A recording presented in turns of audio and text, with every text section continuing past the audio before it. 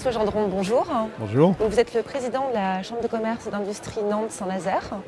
La première question que j'ai envie de vous poser, c'est comment se porte l'entrepreneuriat dans le Grand Ouest? Est-ce qu'il souffre ou est-ce qu'il résiste? Nos entreprises n'échappent pas à cette crise mondiale, mais nous nous portons plutôt mieux qu'ailleurs, ou moins mal qu'ailleurs. Et pourquoi? Alors déjà un signe, c'est à peu près 1,5 à 2% de taux de chômage de moins que la moyenne nationale, ce qui est déjà un bon signe. Et pourquoi nos entreprises se portent plutôt mieux? Parce que nous avons une économie assez diversifiée, d'une part, parce que nous sommes sur un territoire de projet. Nous avons autour des biotech, autour des énergies marines renouvelables, autour de l'aéronautique, autour de l'IRT Jules Verne, donc les matériaux composites de formidables capacités à nous développer. Et donc c'est très porteur et positif pour nos entreprises aujourd'hui. Et je pense que ça permet quand même d'équilibrer. L'agroalimentaire est aussi un élément assez fort chez nous. On va dire le point légèrement négatif, c'est la construction navale qui se porte moins bien. Mais là encore, nous avons un certain nombre d'entreprises qui se sont regroupées autour de Neopolia depuis, il y a à peu près 150 entreprises depuis une vingtaine d'années, pour pouvoir pallier justement à ces problématiques de baisse de charges dans la construction navale. Et donc ils se sont tournés vers l'éolien offshore, vers le ferroviaire, vers l'oil and gas, etc., etc. Donc là, en fait, ça illustre que les entreprises, quand elles se regroupent, ça peut permettre de pallier des difficultés. Quand elles se regroupent, quand elles pensent à l'avenir, quand elles innovent, ça marche. Alors on parle beaucoup comme cause de difficulté aujourd'hui le financement des entreprises, oui, que ce soit les entreprises en création ou en développement. C'est un constat que vous partagez, il y a un problème de financement aujourd'hui? Alors vous avez abordé deux sujets, les créateurs et les entreprises existantes. C'est vrai que c'est difficile. C'est difficile pour les entreprises existantes parce que marge réduite, stock parfois important, parce que chiffre d'affaires un peu plus en baisse. Et donc les fonds propres sont un peu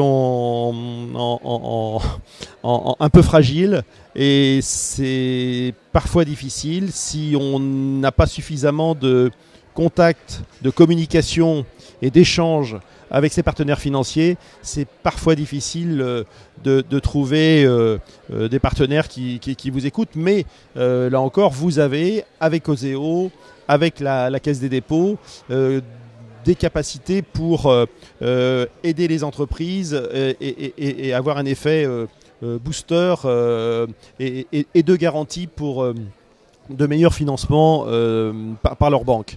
Pour la création d'entreprises, je le disais tout à l'heure en conférence, il est évident qu'un créateur, il ne peut pas créer seul aujourd'hui. Il faut absolument qu'il s'appuie sur tout ce qui est association d'aide à la création et à la transmission d'entreprise. Nous avons ici à Nantes la maison de la création et de la transmission. Il faut y venir parce que vous pourrez avoir des aides, vous pourrez avoir des prêts d'honneur.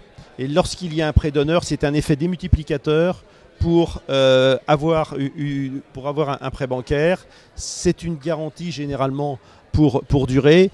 Et lorsque, en plus du prêt, on est accompagné, on a de fortes chances qu'après 3 ans, l'entreprise continue d'exister. La future BPI, ses contours sont encore un petit peu flous. Vous en pensez quoi? C'est un bon dispositif qui aidera les entreprises? La BPI, c'est une espèce de mot magique. On a l'impression que ça va être l'arbre de Noël. Et je ne pense pas que ce soit ça. Je crois que c'est demain une meilleure organisation de l'ensemble des services qui existent aujourd'hui sur le plan financier, pour que ce soit plus cohérent, plus lisible pour l'entreprise, et que, à travers notamment les organisations régionales, on puisse encore plus efficacement aider les entreprises.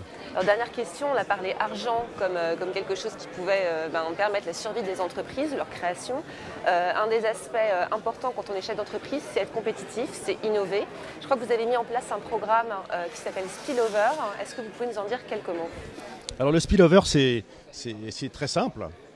C'est à travers le quartier de la création qui est basé sur l'île de Nantes et qui regroupe tout ce qui est nouvelle industrie créative. Nous faisons en sorte, nous, la Chambre de commerce, avec l'aide de la Samoa et de la ville de Nantes, nous faisons en sorte de mettre en relation des entreprises créatives et innovantes avec des entreprises plus traditionnelles. Alors je vous donne deux exemples qui marchent. Nous venons de commencer, mais ça va continuer. TMC Innovation, par exemple, qui est une entreprise qui fabrique des mâts d'éclairage.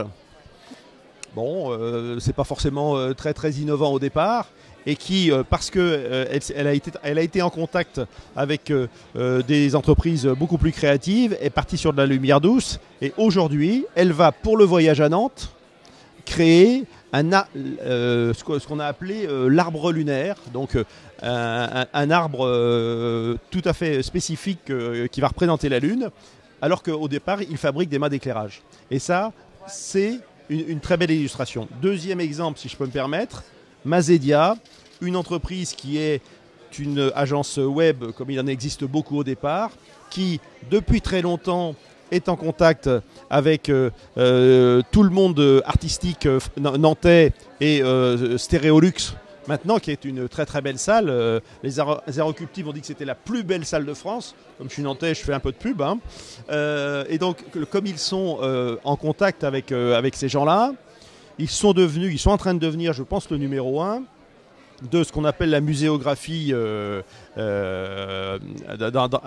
alliée au TIC, c'est-à-dire qu'ils ont tout un tas de marchés où, avec votre iPhone, vous avez le parcours de visite du musée sur votre iPhone. Et ils ont développé cela. Pourquoi? Parce que à partir du web et grâce au lien avec les artistes de Stéréolux, ça a donné ça. C'est ça le spillover, c'est ce que nous essayons de faire pour faire en sorte que nos entreprises grandissent, se développent et soient encore plus dynamiques. Merci beaucoup, monsieur Jean. Je vous en prie.